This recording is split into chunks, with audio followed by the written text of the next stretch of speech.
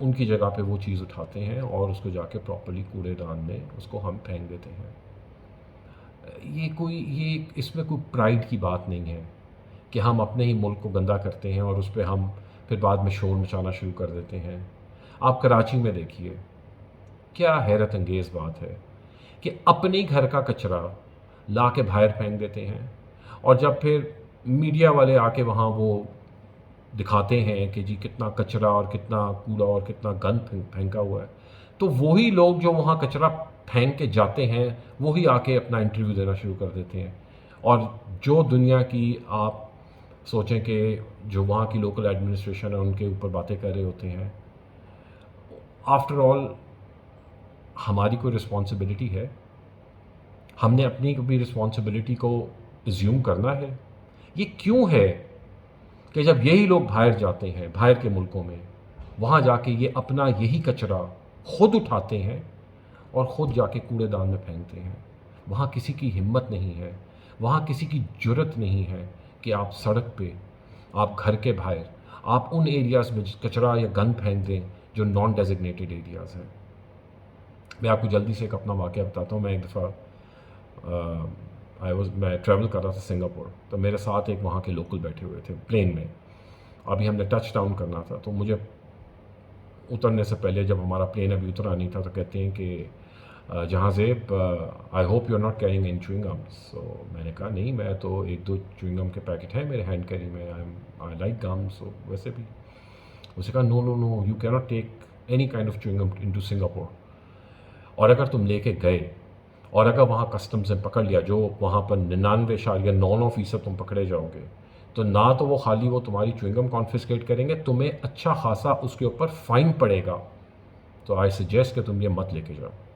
سو یہ وہاں کے لوگ، وہ وہاں کا نیشنل تھا، ہی وارن می، اس نے مجھے وارن کیا. اسی طرح باہر اور دیکھ لیں، باہر ملکوں میں جو ہمارے موسٹ ڈیولپ کنٹریز ہیں، وہ اپنے گھروں سے اپنے جانوروں کو لے کے اسٹریٹ پہ واک کرانے لے کے نکلتے ہیں. وہ اپنے ساتھ ڈسپوزیبل گلوز اپنی پاکٹ میں لے کے نکلتے ہیں، ساتھ ایک ریپنگ پیپر لے کے نکلتے ہیں، ساتھ ان کے ایک چیز ہوتی ہے جیسے وہ اگر ان کا وہ جانور، کوئی ڈاگ، کوئی کتا بلی، کوئی اگر وہ سڑک پہ اگر وہ کوئی ایسی چیز کر دے تو وہ خود اس کو اٹھا کے اس کو اس لفافے میں ڈال کے اور جا کے اس کچرے کے ڈبے میں پھینکیں گے. یہ ہے سیوک رسپانسبلٹی، یہ ہے سوشل رسپانسبلٹی، یہ ہے social sense, that you do some thing so that others can follow you. آپ کو وہ دیکھیں اور وہ آپ کو فالو کریں. خیر، سو میں نے یہ سوچا کہ ہمیں یہ اس پہ بات کرنی چاہیے. اور یہ پھر آپ اگر میرے پہلے والے ویلاگ کو دیکھیں، ہم اس کے بارے میں کیا کر رہے ہیں؟ کیا ہم کسی کو ایجوکیٹ کر رہے ہیں اس میٹر پہ؟ ہاں، ہم جو لوکل ایڈمنسٹریشن ہے ان کے اوپر ہم بالکل اس پہ بات کریں گے اور کرنی بھی چاہیے. ہم کیا کر رہے ہیں؟ کیا ہم کوڑے کو، کچرے کو اس کی ڈیزگنیٹڈ جگہوں پہ پھینک رہے ہیں؟ کیا ہم خود صفائی پسند ہیں؟ سب سے پہلا تو سوال یہ، کیا ہم خود بھی صفائی پسند ہیں؟ ہم صفائی کو پسند کرتے ہیں، پرسنل ہائیجین کو پسند کرتے ہیں، اپنے آپ کو صاف رکھنا پسند کرتے ہیں جو ہمیں طریقے اسلام نے ہمیں دین میں بتا دیے ہیں؟ اس کے اوپر کبھی سوچیے گا. اس کے اوپر لوگوں کو ایجوکیٹ کرنے والے بنے. لوگوں، اگر آپ یہ چیز ہوتے دیکھتے ہیں، پیار سے ان کو ایجوکیٹ کریں، کیونکہ یہی لوگ جب باہر جاتے ہیں تو وہاں کے لوکل نیشنل سب سے پہلے ان کو وارن کرتے ہیں. ایڈمنسٹریشن تو بعد میں آتی ہے کہ you are not allowed to do this, but the first warning comes from your local people, جن کے ارد گرد آپ گھوم پھر رہے ہوتے ہیں وہاں پر اس ملک میں.